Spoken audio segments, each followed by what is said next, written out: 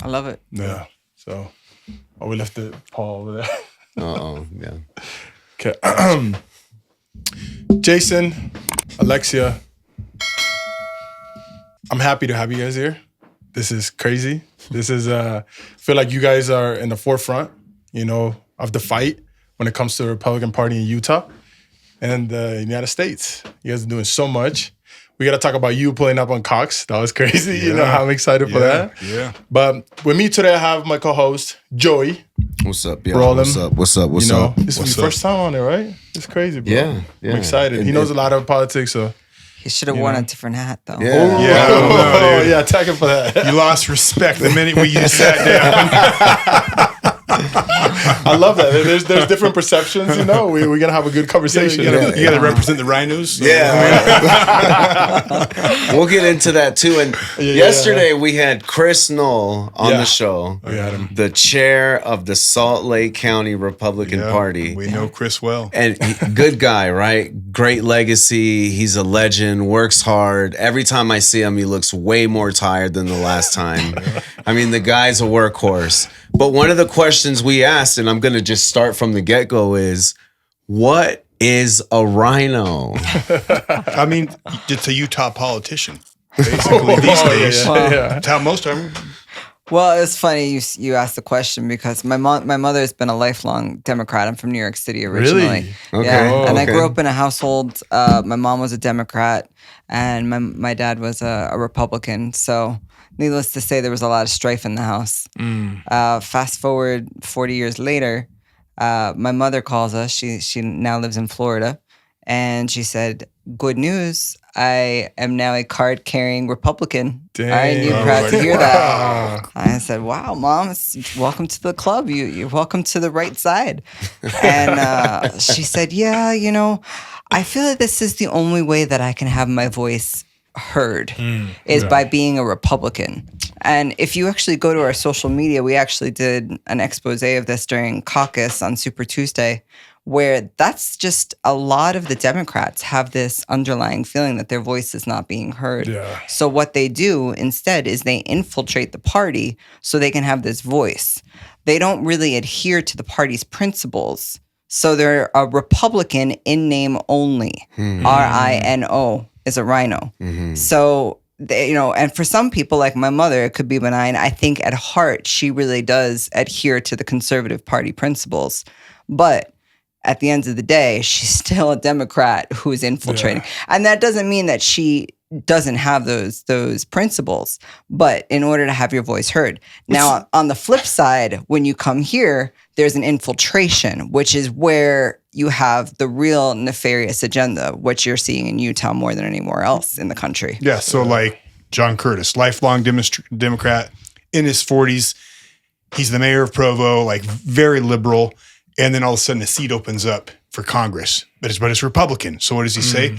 Guess what? Today I'm a Republican. And then he goes and everything he does is like acting what a Democrat would do, but he calls himself a Republican. Same as Cox. Yeah. So, Romney, right? So it's all these like, it's these people who use the platform and then push liberal agendas. So I mean, it's politicians. They're dirty politicians. It's a pattern. Yeah. You can see and it's obvious. It's sick So of these guys. knowing that, then what makes a Republican then? What, a true Republican? A true Republican. I mean, a true Republican adheres to the party. They want limited government.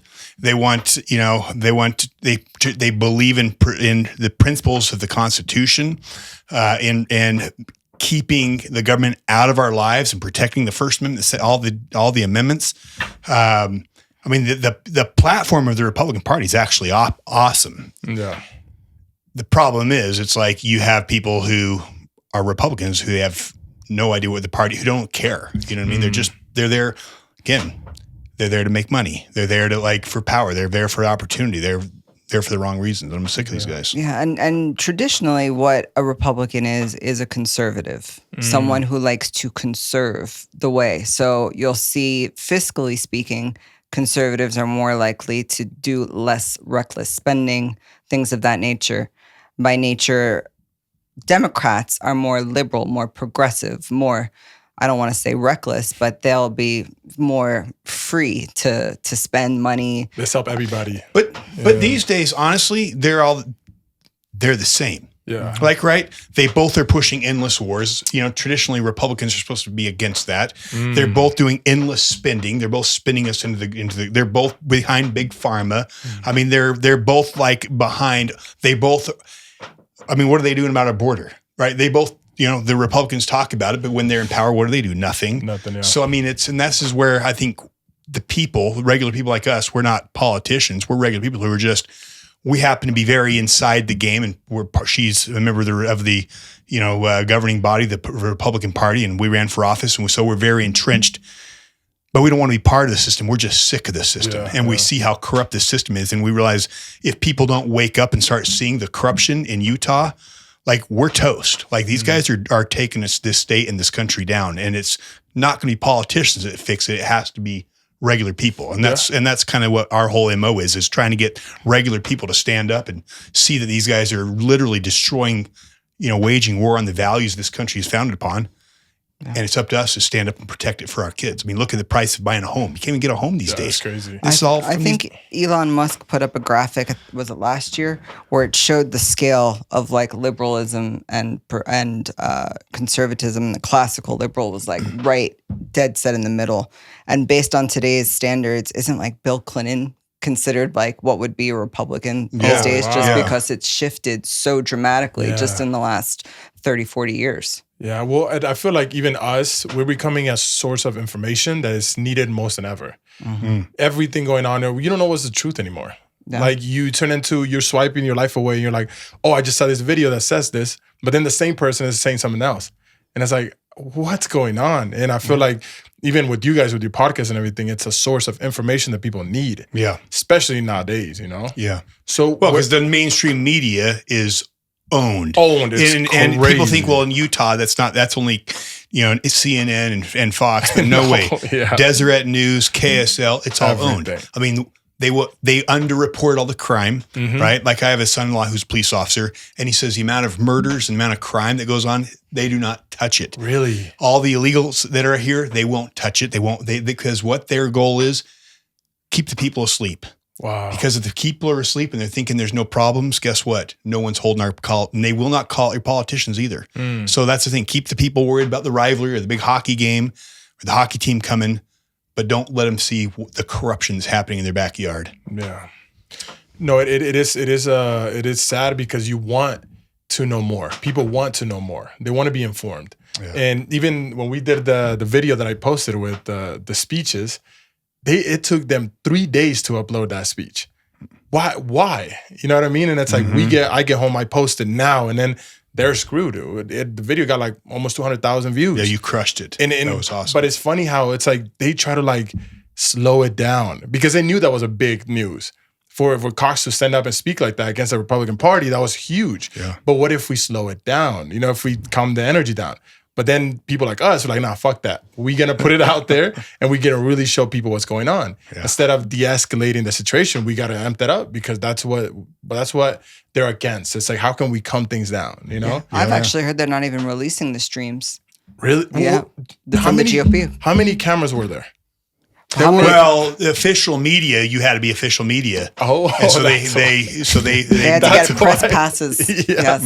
And me, I'm just with the camera. It's like they don't like that. But that's why you got to do that. Independent journalists. Yes. That's why that's important. No, we have a good friend from Main Street Media, Adam Bartholomew, Life is Driving, who's a lot of his stuff has gone viral. He had a press pass, and he said he almost wished he didn't have a press pass. Wow. So, I mean, independent journalism, as important as it is, that's why, because they're trying to suppress truth. That's what it goes down to. If you can live stream something, you can't contort it.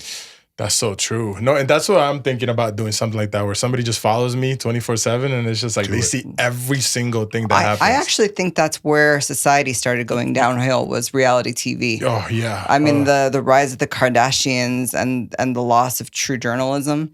When you have one being elevated and one being suppressed, your version of truth is always going to be skewed. But that's what we need is independent journalists going out and like on the street. Yeah. That stuff's kicking. And that's why streaming is becoming so big. big because you don't see those cuts. You don't see that hush, clips. You see everything that's going on, and that's what we want to see. We just want to see transparency. That's all we need. We need life unfiltered. Yes. And here in Utah, coming from the East Coast, this is the most filtered place I've seen in America.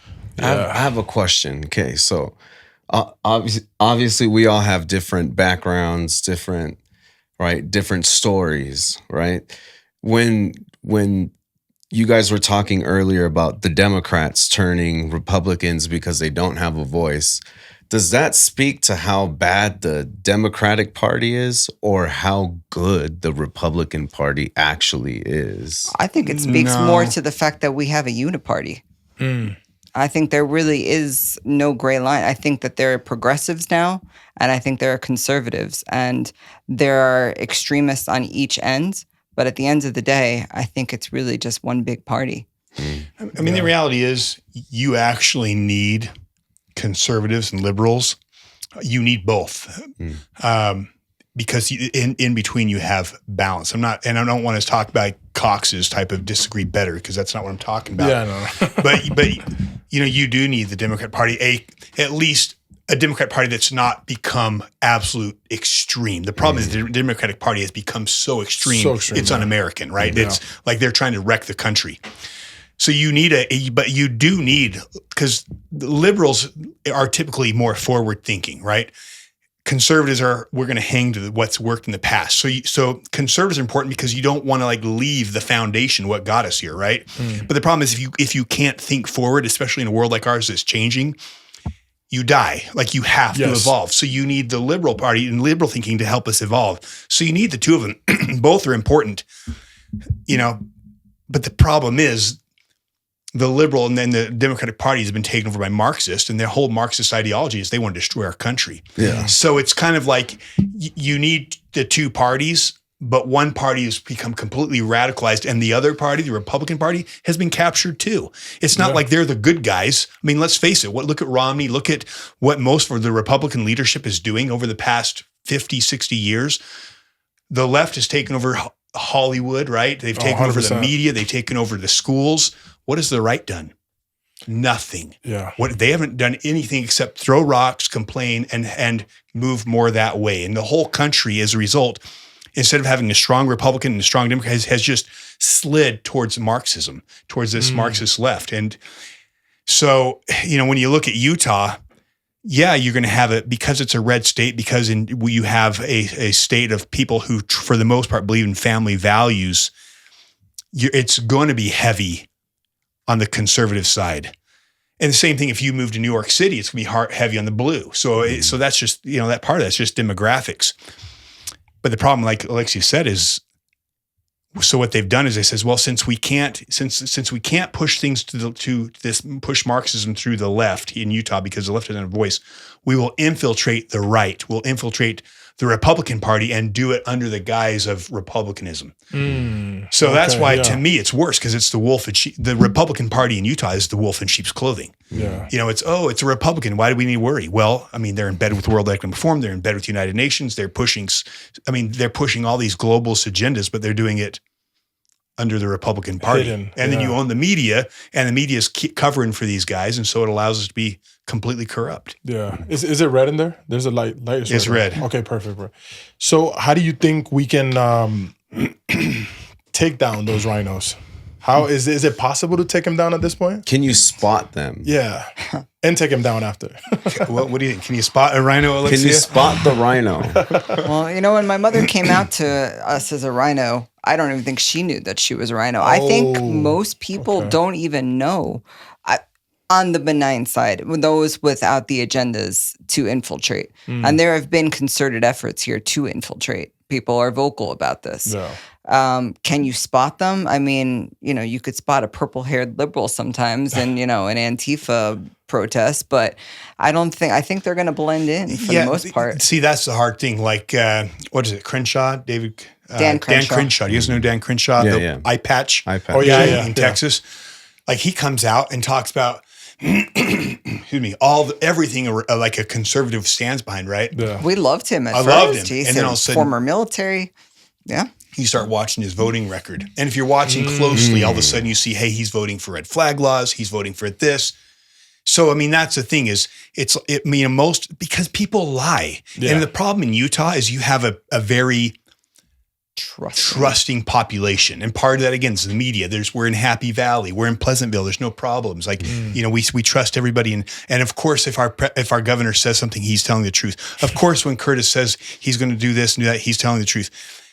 So the problem is, it's like these politicians, they lie, right? So and how can we tell their heart, right? When they're running and they say all the right things, it's like, how do you know if they're lying? And so sometimes you don't know because they're so good at being convincing, and then they get in, and once they're in, all of a sudden they're voting the wrong way on all the issues, and so sometimes the only way you know is by watching them once they're in. Oh yeah, and I think you can tell sometimes when they're running by if you can figure out why are they doing it. Like, because some people, I mean, power doesn't just corrupt Democrats, right? Power corrupts everybody. And I can be someone with who believes in conservative principles, but guess what?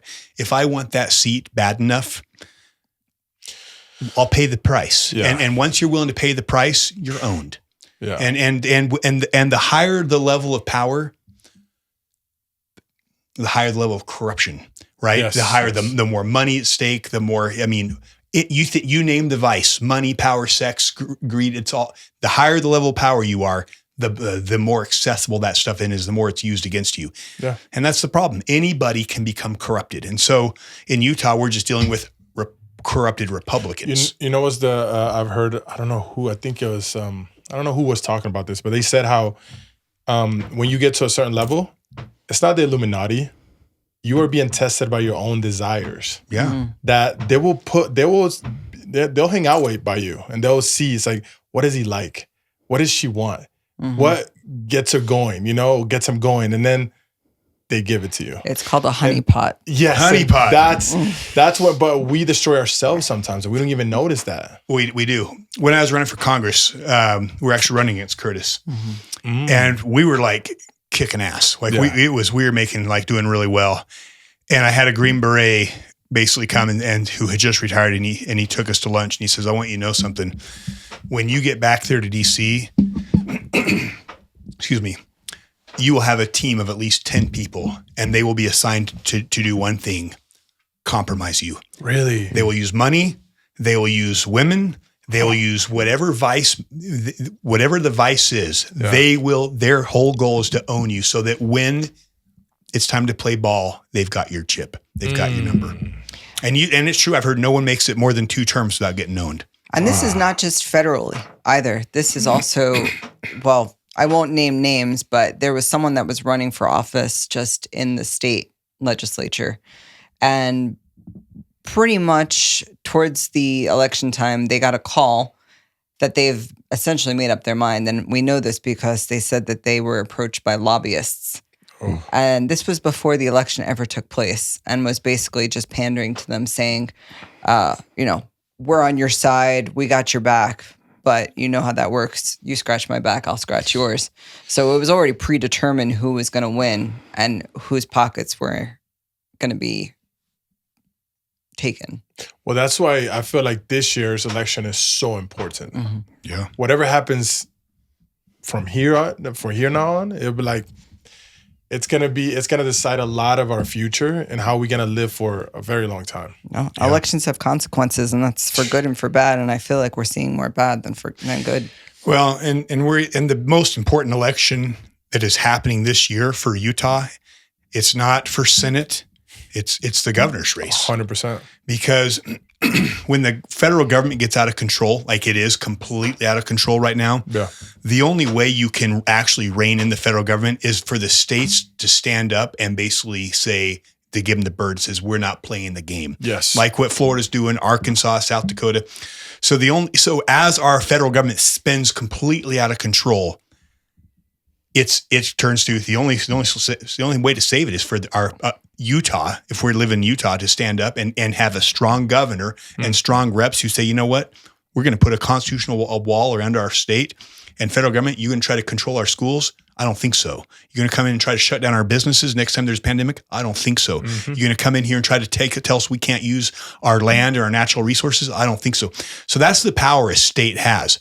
And so to me, that's why, this, and especially when we've got a Governor Cox, who is a complete plant. I mean, that guy is like beta, like he has sold his soul to like the globalist. He's a notebook like plant for sure, 100%. Yeah, he's horrible. People hate him too. And so I think when he's trying to destroy our caucus system. Oh, that's crazy. I mean, that's insane. Crazy. We were just talking to Chris yesterday, and he mentioned that he feels like his legacy is really on the line, not on the line necessarily, but this is something huge, keeping the caucus system alive. Yes. He said it's so important. What's your take on that? No, I mean, look, this is where, and the problem is we've been so dumbed down as a society by our public schools. Oh, yeah. It's intentional. Most people don't understand the Constitution or how government's supposed to work, but we are not a democracy. We're a constitutional republic. And what that means is a democracy is two wolves. This is what Benjamin Franklin said. It's two wolves and a lamb voting on what's for dinner. We do not want a democracy. You don't want mob rule. Yeah. You want a representative government. And a representative government is what we have. It's what the caucus system is. It's where, we all get together with our neighborhood and we say, you know what? We don't have all time to go vet out these candidates. And we're going to, Maikon, we're going to send you. We're going to trust you. We're going to send you. You vet these guys out and you vote, and we're going to trust you. Yeah. So in a representative government, you go and you vet them out, and they come and they make sure you know who they are, and you're very informed and educated, and you represent us. Yeah. It's the same thing we have with our congressmen and senators. They represent us.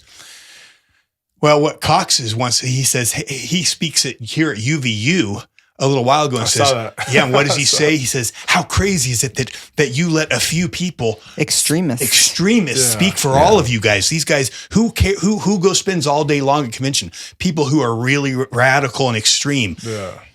So what does he want? No, he's trying to destroy a representative form of government, the form of government our Constitution gave us, and instead replace it with pure democracy, which our founding fathers were terrified of, because no democracy lasts long without turning into tyranny. Yeah. Because all you have to do is bribe the people with free stuff, and all of a sudden you have mob rule. Yeah. And that's what Cox is trying to push this state into. Well, it's funny how he said that there's an entity, or he played it like that. He said there's somebody out there trying to break this, but then, bro, the internet is undefeated. They go back and they see everything you've said, everything you've done. It's like a little paper trail that they don't understand because they're so stuck in their ways. Well, see, and that's why this is warfare, right? And the thing that changes, that always changes the battlefield, always changes the game, is when technology evolves. Yeah. They're still using warfare where they control the narrative, because all I got to do is make sure Deseret News and KSL and they push this out and don't push that out, and guess what? No one knows. Yeah. But guess what? We have have the internet now. We have social media. They're not paying us. and guess what? We can't be controlled, and that's why these guys are getting exposed. Yeah. Is because, again, Curtis gets up there and lie on the commercial, and the commercial news, this, the owned media in Utah won't call him out, but guess what? We will. Yes. And that's what that's the fight they can't win. They can't win the fight against we the people when we the people have a voice through social media. And that's the new warfare, and we're dominating there, which they're terrified of. Well, like you said, there was a main, maybe 3, right, that gave us the information. Now there's 100. Thousands. Now it's like you break one down, the other one comes up. And even if let's say they shut all this shit down, right? Yeah. Tomorrow I'll put another episode. That's right. Tomorrow I'll do another page. So they can't do it. They can't stop. There's too much. It's like playing what's that game called? Whack-a-mole. Yeah, it's like they can't do it. No, and that's our power. That's what we have. Yes. And that's our leverage over the machine. Yeah. So with that being said, Cox or Lyman? Oh, come on. I mean, Lyman is such a good guy. Yes. I mean, I've been friends with Lyman for a long time. Lyman's been been a state rep for, I don't know how many years, but for a good while. Yes. And guess what? he would stand alone over and over and over on issue. When he would always do the right thing. He was one of the only ones who you knew would stand to do the right thing and never bend to the pressure. Almost every other rep would bend to Cox, would bend to these guys. Lyman would never. So you got one guy who will never bend under pressure, who's always been a man of integrity, versus Cox, who is literally, What the guy's a tyrant. What's scarier for you guys to think of? A Cox Rhino administration or a King Democrat administration? Oh, Brian King? Oh, he's terrifying. The stuff that he's put as a legislator, if you actually look at his record, I don't have it off the top of my head, but just look at the bills that he's been behind, especially when it comes to our kids. It's terrifying. But it's one and the same, really, at the end of the day. I have a very strong opinion. A Cox Republican administration is much more dangerous. Do you know why? Because you get a Democrat in there, and you know what's going to happen? He's going to wake up the sleeping giant. You have so many good people here in Utah that are sick of this, the agenda, the LGBTQ just being slammed down our kids' throats, queering the kids. They're just sick of where this country's going. The illegal immigration, they're sick of being bankrupted. You put a Democrat in there, and you know what? All the people are going to wake up and say, whoa, wait a minute. It's time to fight. Yeah. And you would have an army here in Utah that would literally be in the streets. That's not, they're not going to do that. Yeah. But you get the wolf in sheep's clothing. And he talks about disagree better and winks and talks about let's all get along. and we're just friends with the Democrats. And I just pushing all this trans stuff because we're just trying to be nice. And we want girls and boys and girls sports because these poor boys. And because we're a loving state. And we're loving Republicans. Yeah. No, dude, the wolf in, you know who is worse to me out of George Bush and Obama? George Bush. He called the Constitution a goddamn piece of paper. That's crazy. I mean, he did so. See, people get so caught in the good guy and bad guy, and this is my team. No, power corrupts both sides. And to me, I'll take a Democrat because guess what? When Obama got in, what happened? The Tea Party movement started. We went in, we shut that guy down his last 4 years, and then when the people were awake, we put Trump in. Yeah, you put in another rhino. And the people go to sleep, and then all of a sudden, power grows. And when the people are not holding the power accountable, the power gets out of control and it goes dark. Yeah. So anything that puts the people to sleep and makes them think, hey, we don't need to worry, is dangerous for freedom. Oh yeah. I've also heard that King actually out fundraised Cox. This was before the convention, so that's actually kind of disturbing. And I actually had a theory. This is just one of my conspiracy theories that maybe the end goal is to weaken Cox to make way for a Democrat governor to step in. Honestly, I don't think so. If he goes against Lyman, there's no way. Listen. Just a conspiracy. Utah will not put a Democrat in. Yeah, because the whole thing with Utah is keep the people asleep. Yeah. I mean, all the stuff they're doing with the United Nations, with World Economic Forum, with these smart cities, with their how in bed we are with China. China has, China, the Communist Party. One of the things they said is the only way their goal is to take this country down. And they says the only way we're going to be able to do it is if we have cooperation at the state level. Yeah. What state do you think they have a bigger foothold in than any other state in the country? It's Utah. To the point they says they have the ability to control our legislation, push legislation forward they want, and stop legislation they don't like. Wow. Why can they do that? Because we're all asleep. Because we're all sitting here thinking, guess what? There's no problems. Well, guess what? There's 7 spy centers, Chinese spy centers in America. One was in our backyard. Right here in Salt Lake. Right here in Salt Lake. Who? China. China's the spy center right here in Salt Lake. The whole thing with sanctuary states, us being a sanctuary state, we have, it's costing, what do we have? We're getting close to 200,000 illegals in this state. 300, according to my statistics. Let's say 200, 300. If at where we are now, even just below 200, do you know how much that costs the average household in taxpayer money? Crazy. $900. That's costing the average household $900. Yeah. But again, most people have no idea why. Because we got a Republican governor and media that says, no, we're not a sanctuary state. No, that's not happening. Close your eyes and go back to the rivalry game. It's a cover up. Yeah, it's dangerous. Well, even the craziest thing is that I was actually speaking to Lyman, and he always had amazing ideas. He always had good things, but Cox always pushed him down. And I was wondering, I kept thinking, why would that happen?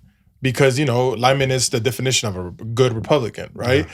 And I'm just like, he had to be a rhino. If he was against what a good Republican stands for. I'll go a step further. It's our legislators. It's not Cox. It is our House legislature and both. Our Senate. Wow. And in order to get things done in the state, and if you're passing bills, it needs to go through the House. And what our House operates as, especially some of the people in our House leadership, is a bunch of high school bullies that won't let you get things done if you don't play game with them. And there's something that's, rhino's one thing, but I think Cox he's not a rhino in my book. Although he definitely, it fits the rhino thing too. He's worse. He's a globalist. He is. That's what we're dealing with. And so I think we need to move away from, because some of these guys are like, and no, so is Curtis. He's a globalist. And I think that's even more dangerous, because when you have the United Nations and this huge agenda to push this, new world, one government, which is what the World Economic Forum is talking about. This, you'll own nothing and be happy. That's, to me, is much more dangerous. And that's what Cox is really, he's a globalist. And his loyalty is not to Utah, and it's not to the United States. It is to China and to the World Economic Forum, who have this new vision of America, the fourth industrial revolution, where there's just one global government. And that's where these guys are pushing. To me, it's way beyond just being a Democrat, because guess what? There's a lot of good Democrats out there. I don't have a problem with Democrats, at least Democrats who believe in the traditional Democratic platform, the old school, what it used to mean. Yeah. I got a problem with these globalists who say, you know what? It's time for old America to die and time for a new world order. And that's what that's what Cox is doing. It's way beyond just being that was a hard rhino. thing to wrap my head around. When I looked at the Senate race for Romney's seat, I said, why are all of these establishment rhinos running? And then I realized they're not all from the same camp. It's not like, a bunch of these people with the same agenda won in. You have the establishment folks, you have the rhino folks, you have the globalist ones. So they're coming from different crops of evil within. So they're not necessarily all from the same gang. They're, in a way, rival factions. What's up, everybody? I am in beautiful Colombia right now, and this episode is brought to you by Hansen's Insurance. Amazing team, and best of all is that they took their time to tell me exactly what I needed. They helped me so much. I went to so many places just to find the best place that would take care of me and my family, but the only place that I was able to find was Hansen's Insurance. Hit him up, get the information, find the best plan for you and your family, and take care of yourself, because you never know. You might need to go to a hospital tomorrow and you're not covered, and that would suck, because there's a lot of money you would have to pay. So call this number right here. You see this right here? Yeah, right here. Let them know that I sent you, and have a beautiful day. Now back to the show. Well, it's just funny how, in psychology, the way the cults work is that they start by calling someone else another name. Like, lose your name, right? You have to lose your identity. Yeah. Why does that happen? Like, you don't own things. You don't have your own thing. Now you're something they tell you are. And that's what's happening. They're building it up so they can manipulate all of us. Mm-hmm. And we don't understand. We just think, they're helping us. Like, they're giving us power. No, they give you a name so you can lose your own identity. Yeah, and it happens in baby steps. It's very insidious. Yes, it's not like all of a sudden you realize all of these things are gone. It is the most insidious things, like smart cities. When you think about what it would take to roll out smart cities, it's not like one day at the point you have a prison that everyone's going to be not able to leave. Smart cities will start as a really nice, convenient luxury. Yeah. But what's built into it? Surveillance everywhere. Yeah. So smart technology everywhere that can be turned on, turned off. So you look at legislature and it's like, we're getting new street lamps. No big deal. Who cares? It's a street lamp. Or a license plate reader. Who cares? It's no big deal. It's a license plate reader. We can find thieves faster. No big deal. But you realize the path where this is heading us on. Pretty soon, wait till you're the thief. Wait till you're the bad guy. And in a world, and come on, let's be real. Is that not where we're headed? Yeah, when you have a government that targets mothers who say, I don't like what's going on our school boards, and calls them domestic terrorists, someone who shows up at the Capitol where we send off the DOJ and call them terrorists. Meanwhile, what do we have known terrorists coming through the border and we don't care? Yeah, that's crazy. can we not see that the justice system is starting to be weaponized against people who are saying we're not comfortable with how big this government's getting? Yeah. We're the ones starting to get targeted. So, I mean, people should be like, have their head on a swivel and start saying, you know what? This is getting a little sketch. I ain't good. I'm not down with this. I mean, governments in the past have always not been the good guys usually. Yeah. Well, talking about the smart cities, Jason, you actually pulled up on Cox talking about that. And he was shaking. I'm talking about he went out of his character. He started swearing. He started saying a lot of things. And it's funny how every time you back somebody against the corner, you see the real character. Yeah. And you really see what's going on. And you can see it in him. He was shaking. Yeah. What was that situation like to you? Well, it's just interesting because I didn't, have any idea how he'd respond. It's not like you can expect someone like that to like just flip. Yeah. I mean, you think he's the governor. You think, what I was actually going to do is ask him to come on our show and talk about it. Yeah. I mean, you think a governor is going to handle a conversation like diplomatically. Maybe he'd want to disagree better. Yeah. That's actually what started that whole Exactly. campaign. If you actually look at the timing of things, disagree better came from that altercation. So talking about the smart cities though, why don't you think he wanted to talk about that? Well, you tell me, okay? If there's nothing nefarious, and I say, and especially I approach him, say, hey, tell me about smart cities. If there's nothing nefarious, like if it's just a new idea, new way of running a city, why would you freak out? Bro, and your character was super chill. I did not see you get out of line at all. It was literally like you were just asking him. Yeah. He has practiced out of control feminine, so. She's trained me well. But where do you think that's actually gonna happen, the smart cities? They're already moving forward. Really? The point, they're already moving forward on it, which was where the prison used to be. Utah City, they're moving forward there. Wow. And I think what they're doing, and really I think the question is, what is a smart city? Yeah, exactly. And a smart city is basically and they already have them in is it Oxford? In England. In England, they already have some of these. And it's something that doesn't make sense so much now, but the real idea is next time there's a pandemic. Okay. But the idea is it's everything you need within a walking distance. So you live, eat, work, play, everything within a walking distance. So you have all these people saying that all these elite who are saying that the people are a virus, that we're a threat to the planet. And so what do we have to do? We have to eliminate the virus. We have to get rid of the vehicles. We need to contain the people. There's too many people. And a lot of these, and one of the ways they say they want to do is they want to eliminate travel. And all you have to do is read the Green New Deal. I mean, the Green New Deal is eliminating airplanes. It's eliminating travel because carbon credits. Right. Yeah. Of course, that only applies to the common people, right? The elite get to do whatever they want. And this has always been the battle of the common people versus the elite. And I think because we've had freedom for so long in this country, we forget how the world has always worked. It's always been a battle between the elite and the regular people. And that's coming, and that battle's coming up again. And the scariest thing is that for some reason at this point, it's like the little guy could get there. And that's why they're so afraid. Well, that's the American dream. That's why they have to crush the Constitution. Exactly. That's why we're a threat to them, because you and I, there's no limit to our power as long as we have freedom. Yeah. So the whole idea of a smart city is, look, you keep these people contained. And because their car is smart, well, if they even have a car, but if everything is smart, their air conditioning, their water, everything is on these smart meters, their phones. Well, guess what?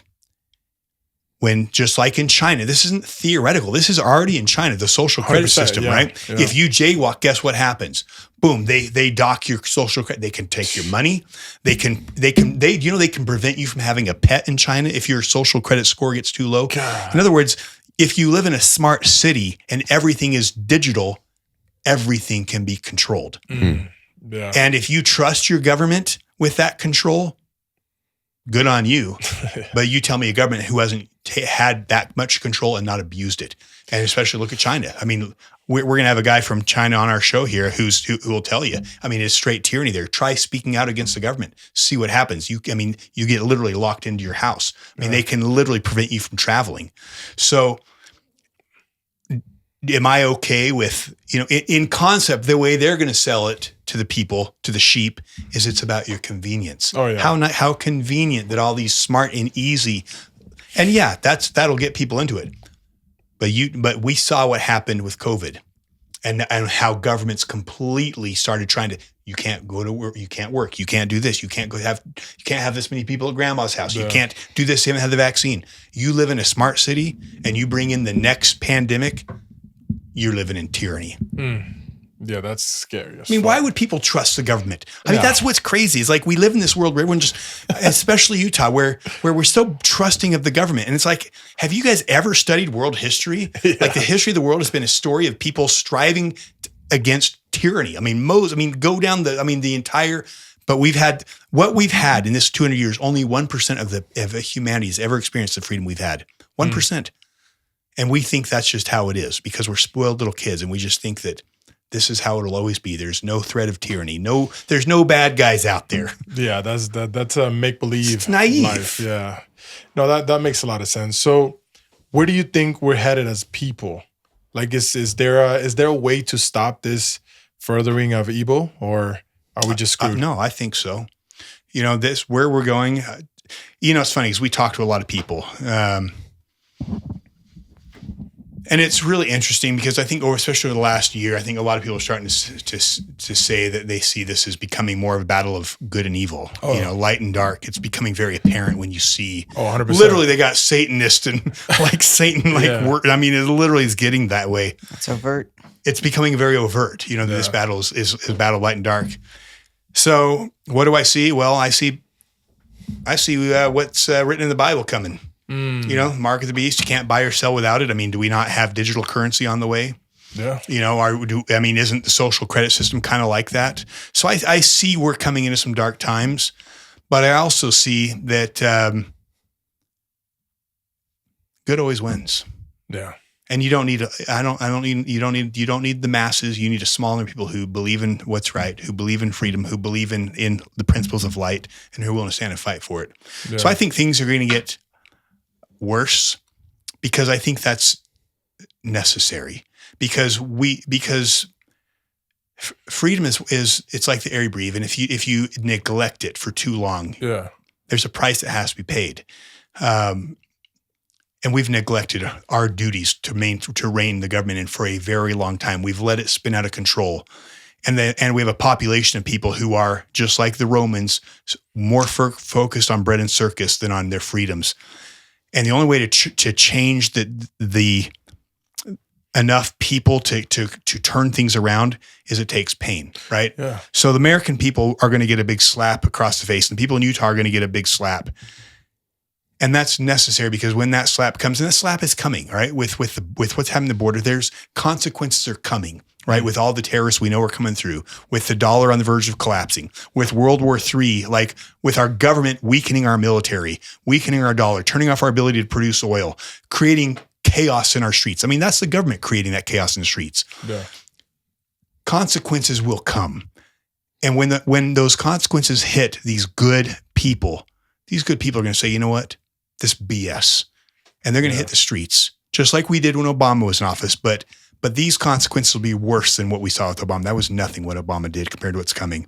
Yeah. And the good people who just love this country, and there's a ton of us out there, are going to say, you know what? We're going to chase these politicians out with our pitchforks, and we're going to take the streets and we'll clean this government up. Well, even in the forest, there has to be a fire. Every once in a while, in order for a cleanup, there has to be a fire. Yeah. There's always a fire. Yeah. And, I feel like the most peaceful time we ever had in the U.S. was after wars. Yeah. Because we get it. We understand that it's like right now, we've never really been in something that really gives us pain. We've been really living good, you know? This is the weakest generation, I would say. I'm not saying like one age group, but including myself. This is the weakest generation and the softest generation probably to ever live on the history of this earth. What do you think that is?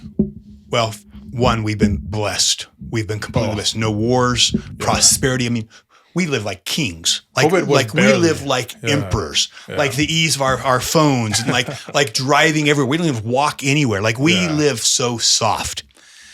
when you have a nation that's this soft and men that are this soft, I mean, everyone talks about the men, the beta men, the rise of the beta male. Our governor's a perfect example of that. When the crap hits the fan, it's going to hit hard because you have a generation, a whole nation of people who are soft and they can't handle it. So, no, the storm's coming, and we're going to have a shaking. But what's coming out of that is it will make very hard. What is it? Hard times create strong men create good times create weak men create bad times. Boom, that's good. Don't quote That's me good. on that. That's awesome. I try to quote that all the time. Like I read the book on it, but she's like, "Okay, give it to us, babe." But that's where we are, right? Don't quote me on that one. It's the weak men that are about to bring on some very hard times. Yeah. And you have powers at play, the elite, these globalists who understand how weak we are, and they know this is a good time to clean house and change. Then that's the fourth industrial revolution, right? Or the fourth turning. Like it's like the world is about to change in a massive way. AI, like the whole world is on the verge of changing. Digital currency, like everything is about to change. Money, everything, and so you have these elite, and that's what the United Nations and World Economic Forum are trying to plan what the new world looks like, the fourth industrial revolution. And this fourth industrial revolution is when the technology is actually embedded with the people. Like where internet's not out there, it's in here, and it's crazy. It's crazy what's coming, and it's you can see it. It's already here. Yeah. But here's the crazy thing. You know where they say the birthplace of the fourth industrial revolution is supposed to be? Where? The cradle. The cradle. Right here. Utah. I'm telling you, dude, Utah matters. Like you guys, like this state is not like some like podunk state out in the middle of nowhere that's just, out of touch with, I mean, this is the state where like, this is ground zero, and the globalists know it because, and the conditions are set. So for you guys and for us, like we got a fight coming. Oh, yeah. We got a fight coming. And I'll tell you what, we're going to freaking win. That's the cool thing. When you guys see the stuff on the news, like with the campuses, the college campuses, the encampments. Yeah. You see it on the news, and then you turn around and you see it here in Utah, University of Utah, and these other campuses. How does that make you feel that it's in your own backyard now? It's not watching Israel, Hamas overseas. It's actually here in your own backyard. How does that impact you? I mean, it's coming soon everywhere. We knew it was coming. It's the same recycled protesters that we saw back during COVID, during Antifa riots. Now you've just activated a youth base thanks to our education system that have created activists from it. And you bring in more illegals, And you don't know where the activist ends and the illegals begin. And it's being funded by the same people, and it's being funded by, and I'm going to tell you what we're going to find out, being funded by the same people who are also funding a lot of our politicians. Because that's where this goes, right? And this is the beautiful thing. If anyone goes and studies Marxism, like it's the same, the playbook is there. Yeah. It's a top, the government comes down from top, like what you're seeing. Comes down on the people who are calling out the government, the people who don't want big government, people saying, nah, big brother, that's a little okay. We don't need all that stuff. They come down on them, and then from the bottom, they rise up an army of criminals and people of the underbelly who comes up and basically it's a top-down, bottom-up revolution. This classic Saul Lewinsky color revolution. This is the playbook. So this is the playbook, and it's like that's why it's not a surprise. So you're going to see more of this fueling the fire underneath, because again, the enemy is you. The enemy is anyone who says I don't need a master. The enemy is anyone who says, I believe in independence. That's the enemy. Soviet Union. That's who they crushed. They crushed the farmers. They crushed the people, the business owners. They crushed the people who said, no, I don't need communism. I want to take care of my own family. I don't need government. China, middle class, crushed. Cambodia, middle class, crushed. Venezuela, middle class. That's what's coming. Yeah. And it's always the same. You stir up the people. You create a ton of people who are angry at society. A ton of people make them resentful. And who's the enemy? It's the colonialist. It's the people who laid the foundation of the country, and it needs to be overturned. So you create the rebellion from beneath, and then on top you bring down the FBI, the Department of the Justice Department on that group. And that's what we're seeing happening. And so to me, it's like, okay, when I look at our politicians, I'm thinking, are they part of the game or are they fighting the game? Exactly. No, this has been an amazing conversation, guys. This has been super eye-opening. You know, there's a lot to do. So the fight is coming. Like you said, it's already here. You know, but I feel like we need to do a little bit more. You know, if we've been posting once a day, we need to post twice a day now. We need to do more because they're not stopping. Yeah. If the evil is going 24/7, I have to step it up. I can't sleep now. And you asked what's going to wake people up and what's going to help. And Jason was exactly right. People like you guys speaking up and using a podium to get the truth out. But I also think, to your point, it's going to be the pain. Yeah. You know, people wake up at different speeds. Not everybody woke up during the pandemic and realized what was going on. People wake up at their own pace. So I think the pain is actually a good thing because so good. It's going to give people the bitch slap they need to see what's going on around them.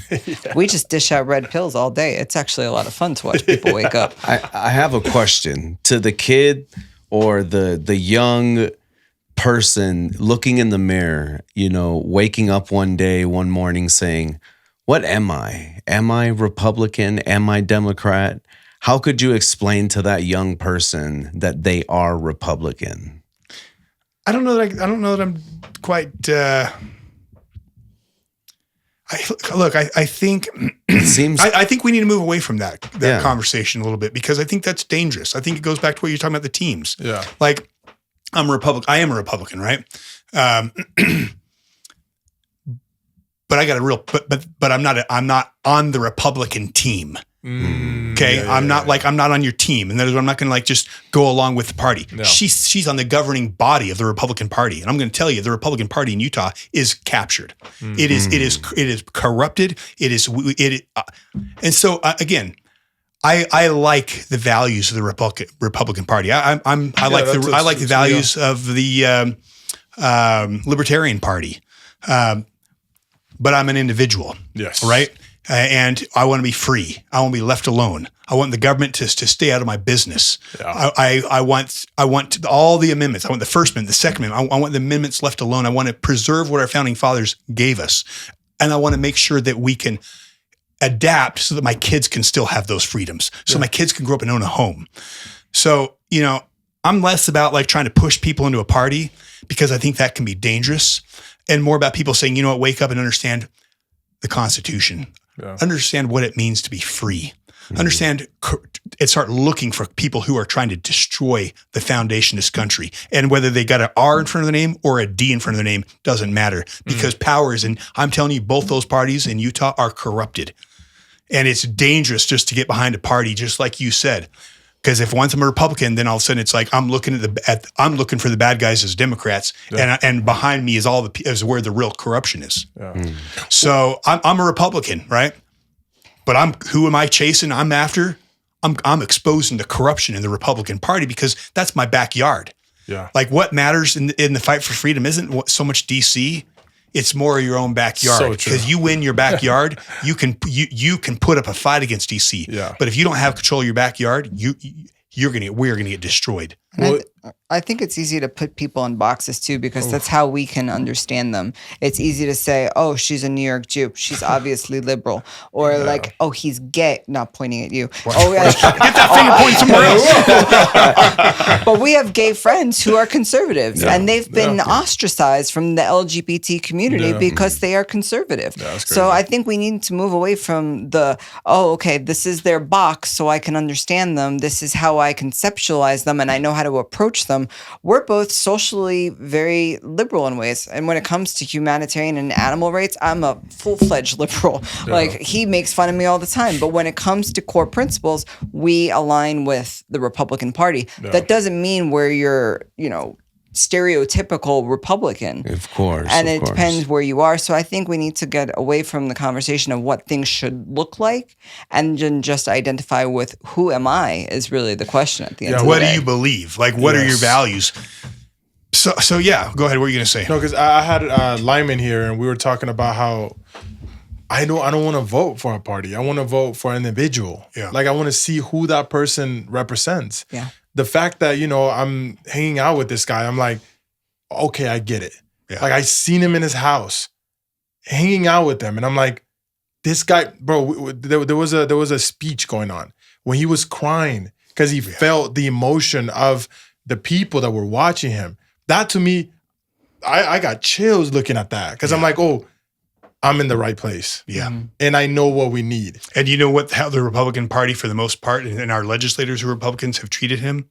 They have not treated him well. They haven't. They have not treated him well. He's been isolated. He's been because he stands on principle, and most of those Republicans are bought off. Yes, in the state. So that's why, to me, I believe in the platform of the Republican Party, and I think I think most of your listeners, viewers, as they start to understand, start to look at, hey, what does the Republican Party believe versus where's the Democrat Party taking us?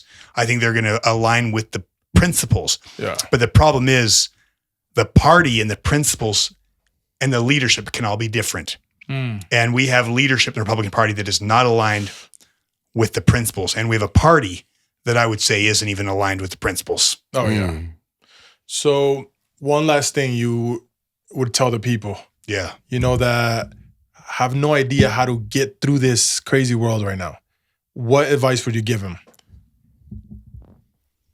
What tools would you give them to navigate through everything?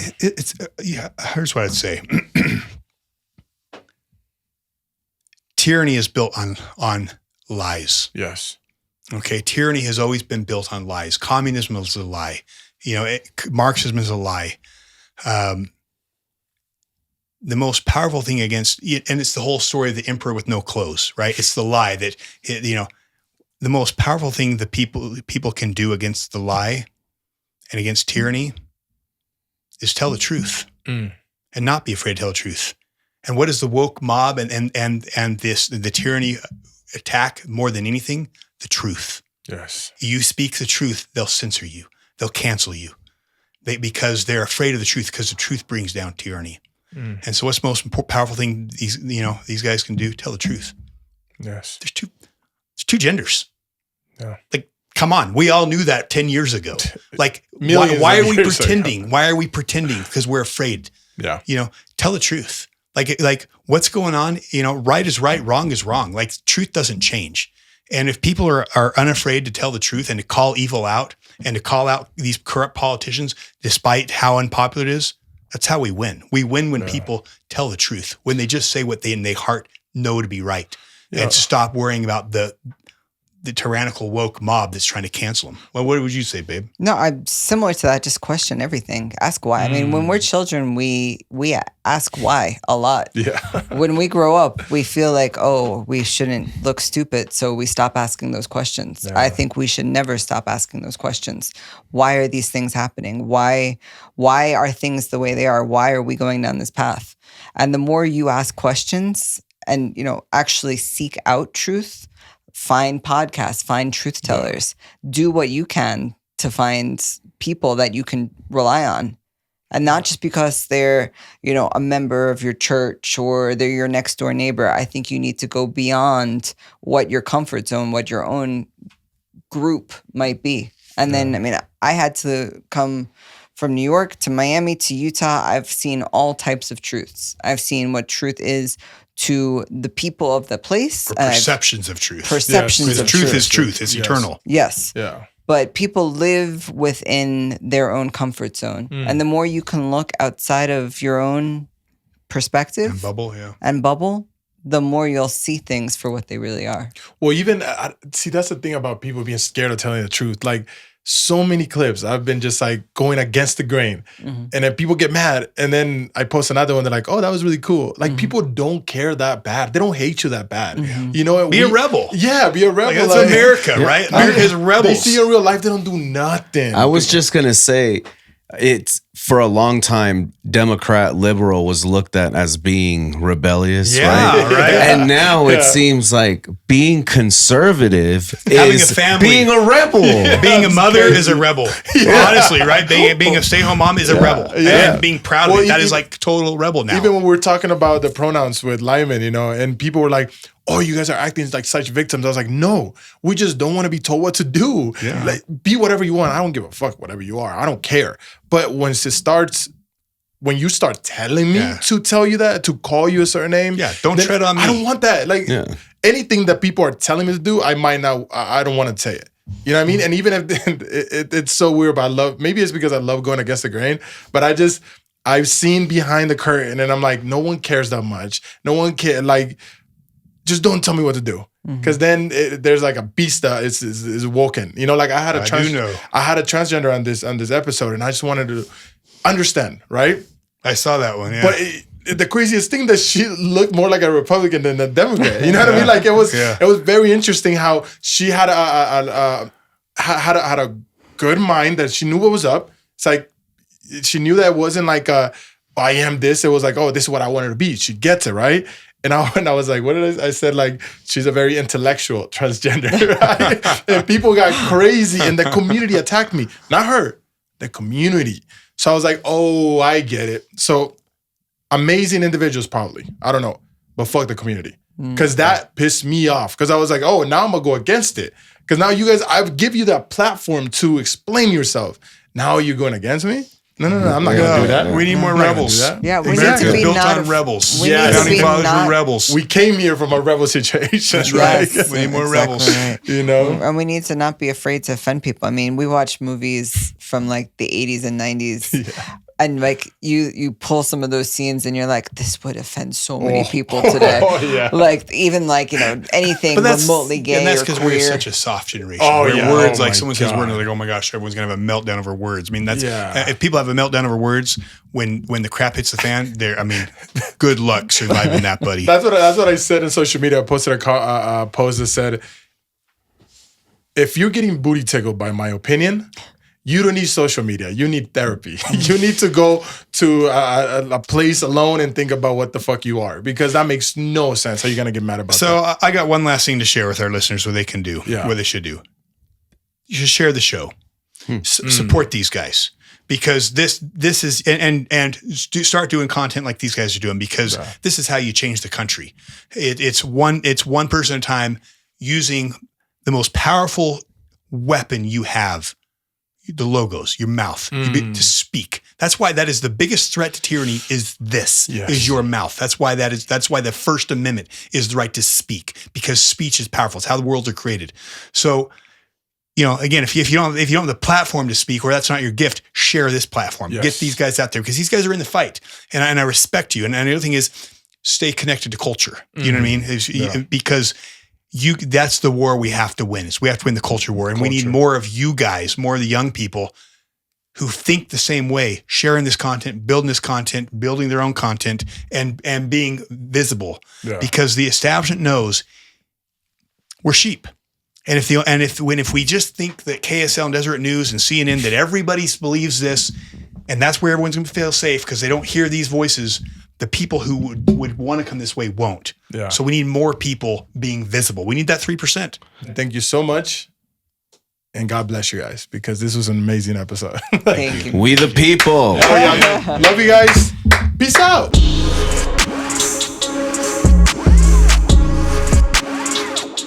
Peace out. That was dope. You guys are awesome. Yes. That was So where did you come from? El Salvador. El Salvador. In El Salvador, actually, have you guys? He's amazing.